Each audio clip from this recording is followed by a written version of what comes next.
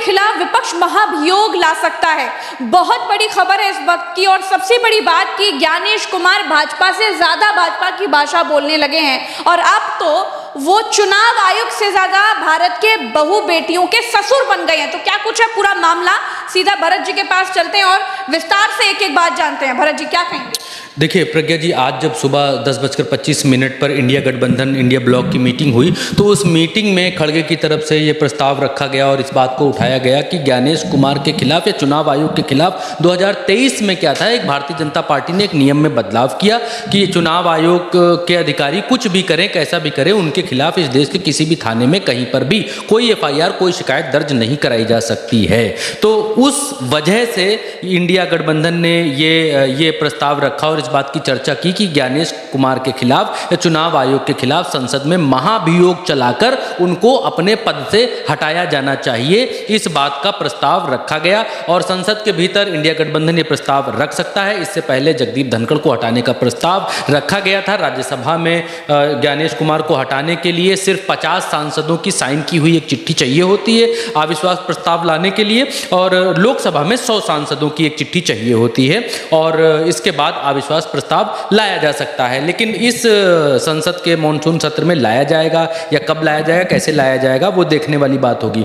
दूसरी चीज प्रज्ञा जी, इस पूरे प्रकरण में चुनाव आयोग भारतीय जनता पार्टी की भाषा का, उनकी बोली का, उनके प्रवक्ता के तौर पर बोलते हुए नजर आ रहे हैं। इस देश के चुनाव आयोग को विपक्ष सड़क से लेकर संसद तक घेर रहा है। एक बड़ी छोटी सी बात आज प्रज्ञा जी संसद की मैं बताता हूं जो बहुत बड़ी है, बहुत बड़ी है। ये कहते हैं कि चुनाव आयोग इस देश का निष्पक्ष, स्वतंत्र और संवैधानिक, ये तीनों जुड़े हुए हैं इस चुनाव आयोग के साथ। निष्पक्ष, स्वतंत्र और संवैधानिक संस्था चुनाव आयोग है।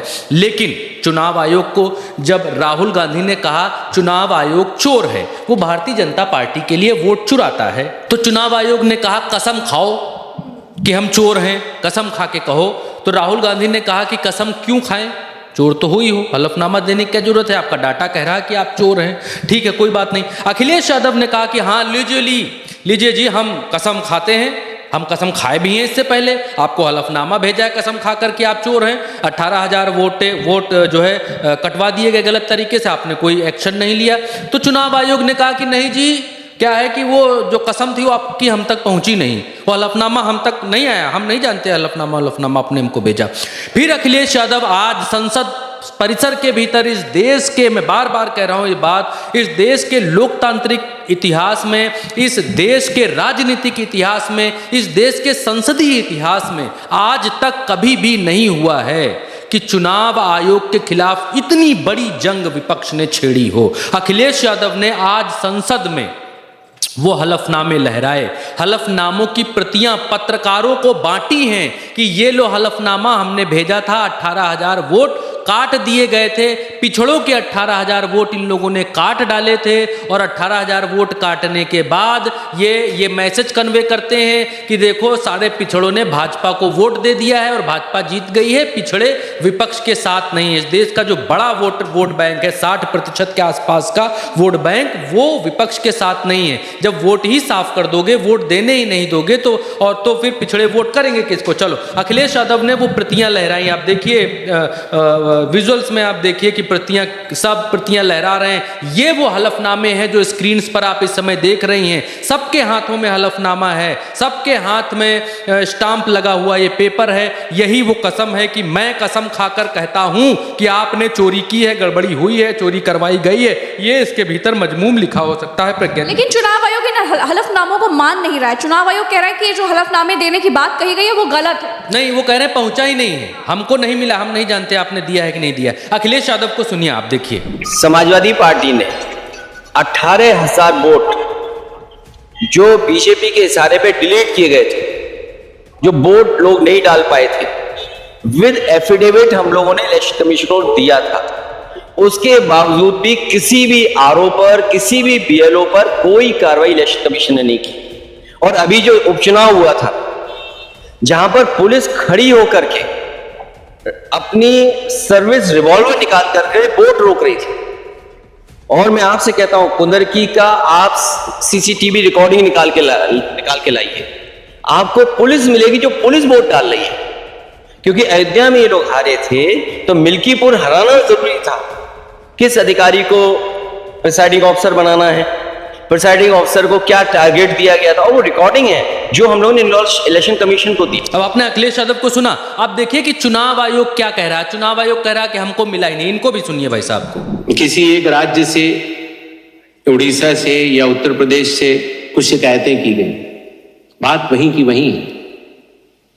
चुनाव हारने या जीतने के बाद जिस मतदाता सूची पर चुनाव हुआ उसके ऊपर बिना हलफनामा दिए, हलफनामा दिया गया, ये बात ठीक नहीं है, बिना हलफनामा दिए, बिना ओथ दिए, सिर्फ एक पत्र लिखकर अगर हमारे बूथ लेवल ऑफिसर्स और एसडीएम्स और डीएम्स इनके कार्यशैली पर अगर कोई प्रश्न चिन्ह लगाता है तो ये गलत है। ठीक, इनको सुना, अखिलेश यादव बांट रहे हैं हलफनामा, लेकिन इनको भाई साहब को नहीं मिला, इनको मिला ही नहीं। मतलब ये खोया पाया विभाग हो गया इनका दफ्तर की। कोई हलफनामा भेज रहा है, रिसिप्ट दिखा रहा, रसीद भेजे जाने की रसीद दिखा रहा है, मेल में तो दिखता है ना प्रज्ञा जी, मेल दिखा रहे हैं अखिलेश यादव, उसकी भी कॉपी दिखा रहे हैं। चलिए ये एक बात हो गई कि इनको मिला ही नहीं, वैसे भी इनको मिलता कुछ है नहीं। चुनाव आयोग जब राहुल गांधी ने प्रज्ञा जी डेटा दिया,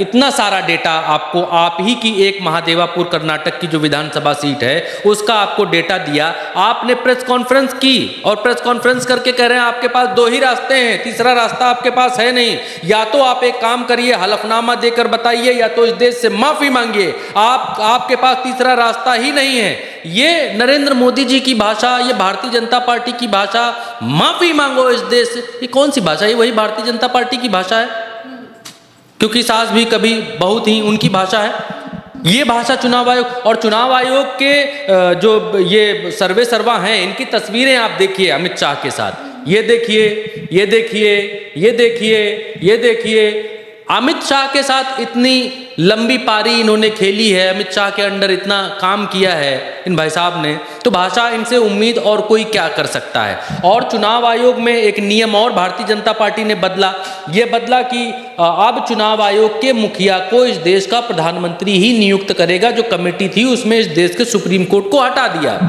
उसमें एक भारतीय जनता पार्टी का मंत्रिमंडल का सदस्य, एक प्रधानमंत्री और एक विपक्ष का नेता या नेता प्रतिपक्ष जो भी है, तीन लोगों की कमेटी में प्रज्ञा जी, 3 लोगों की कमेटी में जिसकी तरफ ज्यादा होगा बहुमत वही बात मानी जाएगी।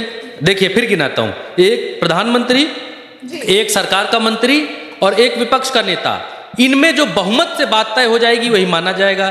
तो बहुमत किसकी तरफ होगा? दर्शक ज्यादा समझदार हैं। अब राहुल गांधी क्या कहते हैं वो भी आप सुन लीजिए। राहुल गांधी बिहार में हैं और बिहार में वो इस बात को उठा रहे हैं, आप सुनिए।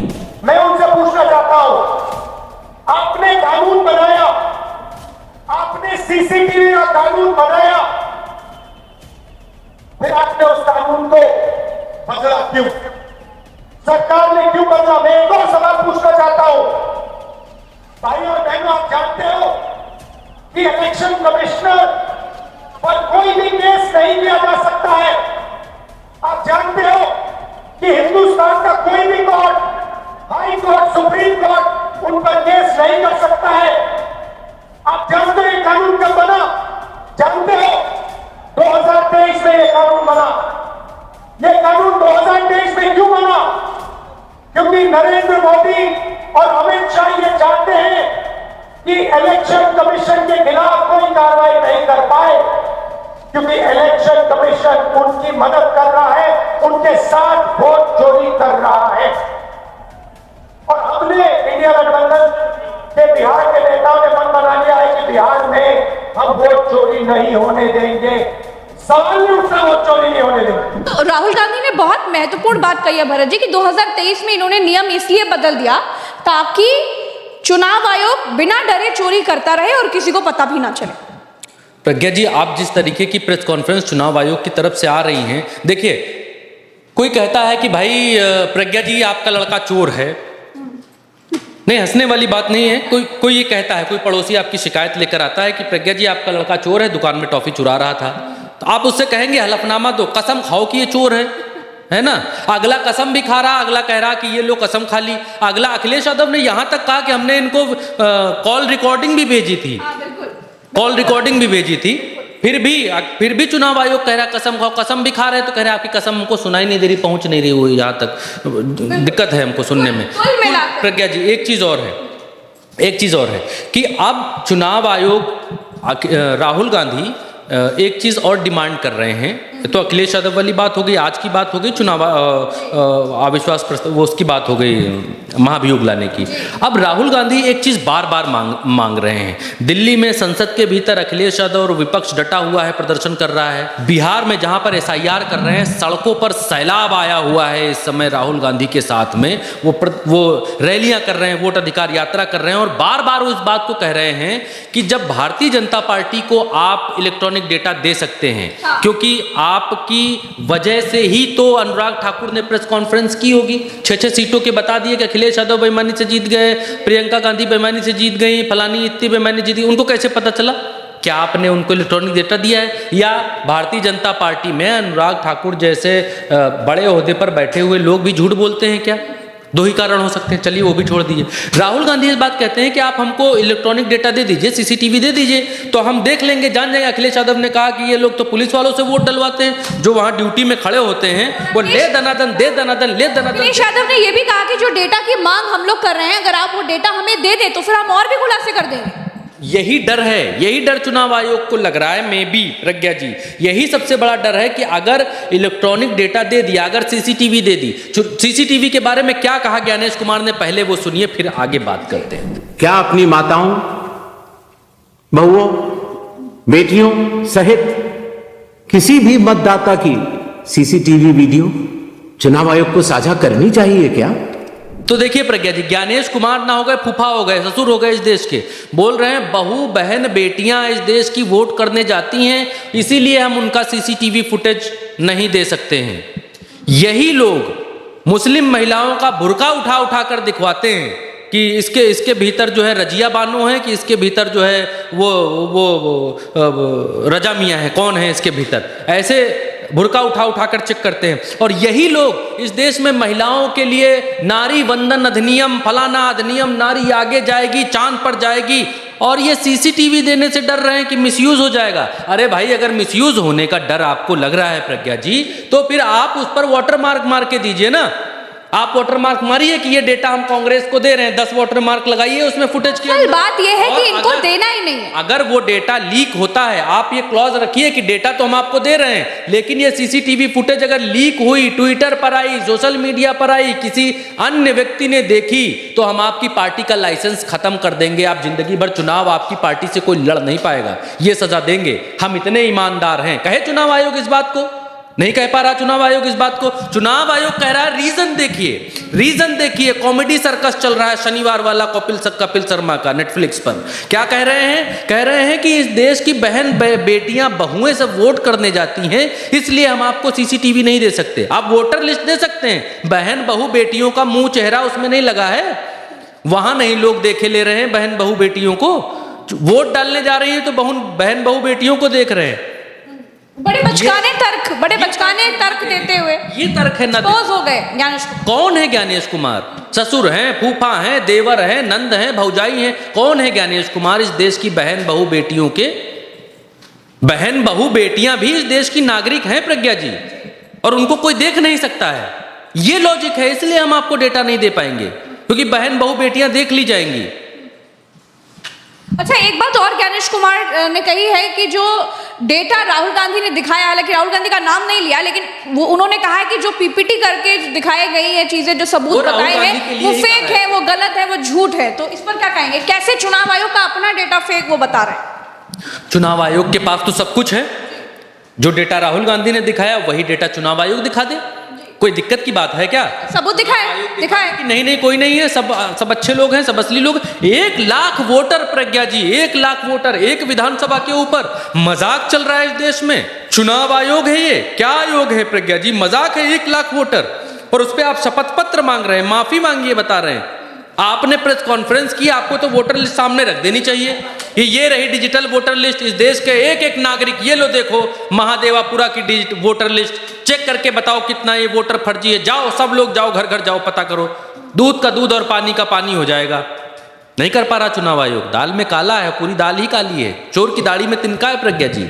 चलिए पूरी और एक चीज और प्रज्ञा जी मैं बता दूं कि अभी राहुल गांधी बिहार के भीतर हैं, बिहार में वोट अधिकार यात्रा कर रहे हैं और कल सासाराम में उनकी एक रैली थी, बहुत बड़ी रैली थी, बड़ भयंकर तरीके से समर्थन बिहार में मिल रहा है और लोगों के बीच ये मैसेज जाने लग गया है कि चुनाव आयोग कुछ तो गड़बड़ है भाई, चुनाव आयोग में मामला गड़बड़ है और चुनाव आयोग भारतीय जनता पार्टी की बी टीम है, भारतीय जनता पार्टी के लिए काम करता है, भारतीय जनता पार्टी के लिए वोट चोरी करता है। राहुल गांधी ने ये बात हर एक व्यक्ति के दिमाग में डाल दी है और अखिलेश यादव का साथ में समर्थन होना, तेजस्वी यादव का साथ में समर्थन होना, ये बतला रहा है, दिखला रहा है कि ये लड़ाई अब रुकने वाली नहीं है। ईवीएम तक की जो लड़ाई थी वो अब बड़ी लड़ाई हो चुकी है। वो और ये एक आंदोलन का रूप ले सकता है, इसमें कोई बड़ी बात नहीं है। और जो महाभियोग की बात भरत जी ने बताई वो बहुत महत्वपूर्ण बात है। देखिए ये चर्चा आपके सामने इसलिए थी ताकि जो कुछ महत्वपूर्ण चीजें हो रही हैं विस्तार से आप लोगों तक सारे चीजें पहुंच पाए। देखिए चुनाव आयोग ने कोशिश तो करी थी अपनी सफाई देने की, लेकिन बजाय सवालों के जवाब देने के चुनाव आयोग अपने ही जाल में फंसता हुआ नजर आया। हम फिर मिलेंगे आपसे अगली चर्चा में, अभी के लिए दीजिए हमें इजाजत। चैनल को सब्सक्राइब जरूर कीजिएगा, अपनी राय कमेंट में जरूर बताइएगा। नमस्कार।